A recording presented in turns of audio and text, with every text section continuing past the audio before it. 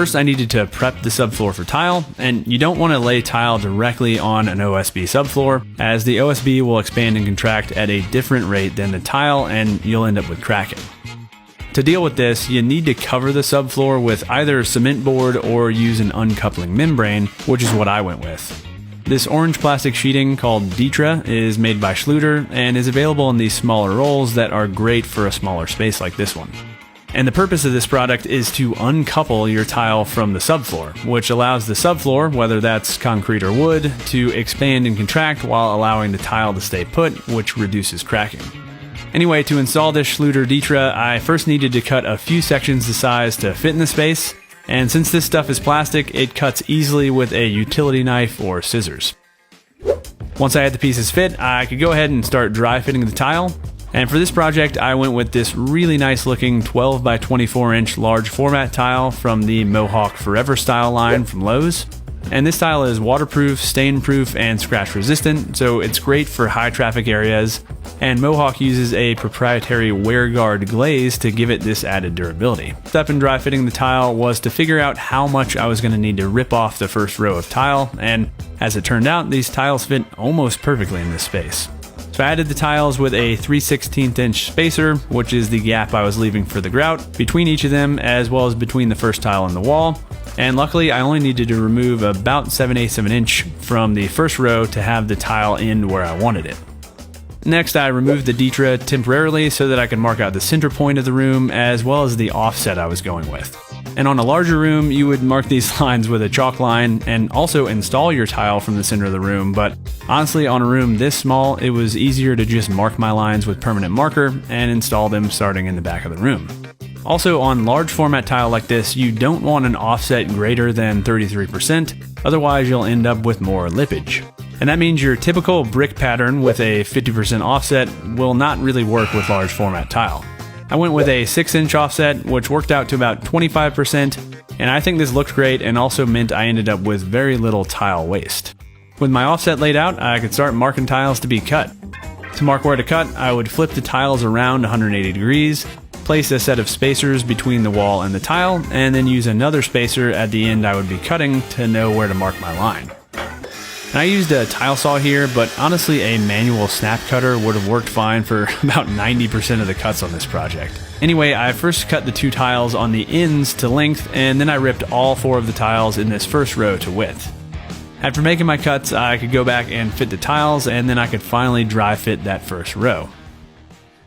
With the first row in, I could just continue repeating the same process on the next 2 rows, adding spacers, marking for my cut, making my cuts, and then dry fitting the tiles.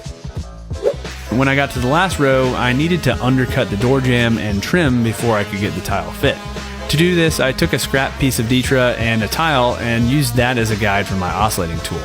Once the door jamb was undercut, I marked where I needed to notch out the tile, making sure the cut edges would end up under the jamb and trim. Finally, with the last 2 tiles dry fit, all of my cuts were done and the floor was looking really good. The last thing to cut before the actual tile install was this transition strip, which is called a Schluter strip. And this gives the tile a nice finished edge, and since it's aluminum, cuts really easily with a standard miter saw. Before removing all the tiles, I labeled them with some painter's tape and permanent marker so that I could easily put them back in the right spot when it came time to install the tile. I also vacuumed the subfloor again just to make sure nothing was going to interfere with the tile.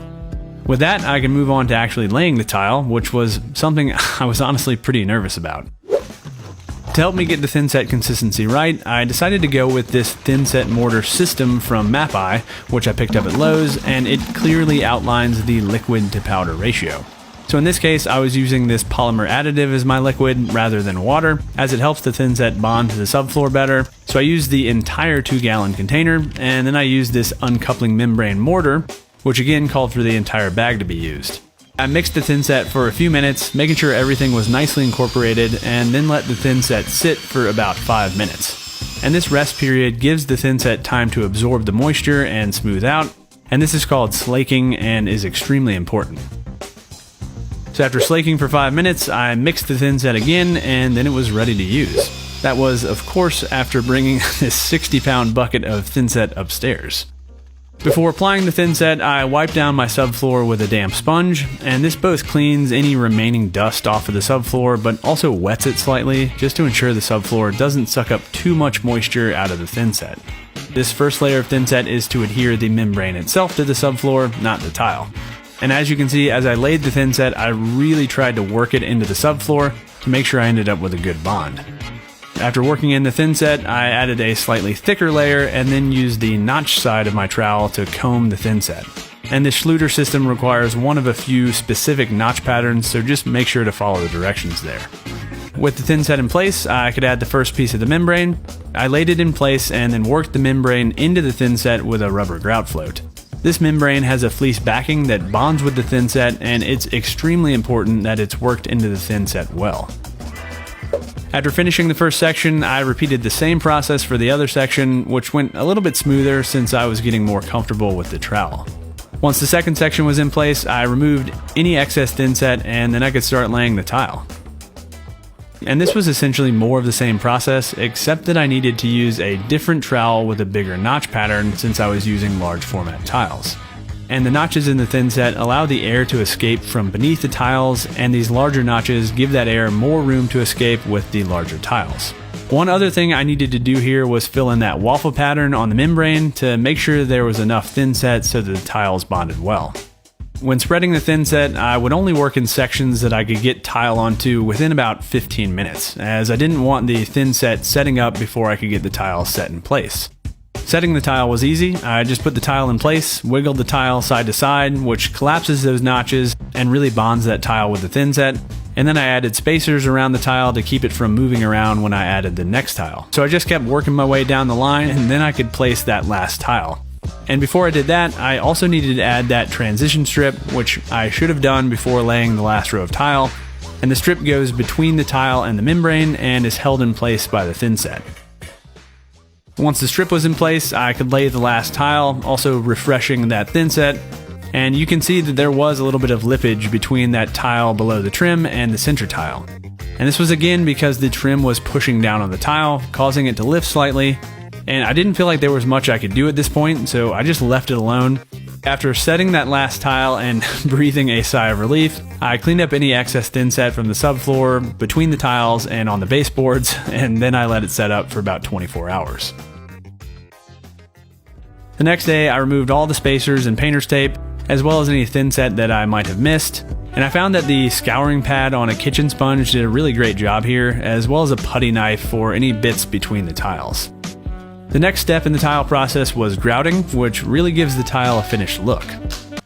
Adding the grout was a pretty simple process. First, I wiped down a section with a damp sponge to make sure no other debris was on the surface of the tile, and then I started working the grout into the seams between the tiles. And you really want to work the grout in to make sure the joints are completely filled with grout, otherwise it might end up settling as it dries and leaving you with voids. After working the grout into the joints, I scraped across the tile at a 45-degree angle from the grout lines to remove the excess grout. After scraping off the excess, I gave the grout 5 to 10 minutes to set up before cleaning the rest off with a sponge. Once again, when removing the grout with the sponge, I wiped across the face of the tile at a 45-degree angle to the grout lines, and I didn't really need to use a ton of pressure here. Alright, hopefully you guys enjoyed this one. I am pretty happy with the way this floor came together. It's not perfect by any means, but I think it looks really great still, and honestly most of it's going to be covered up by those laundry machines.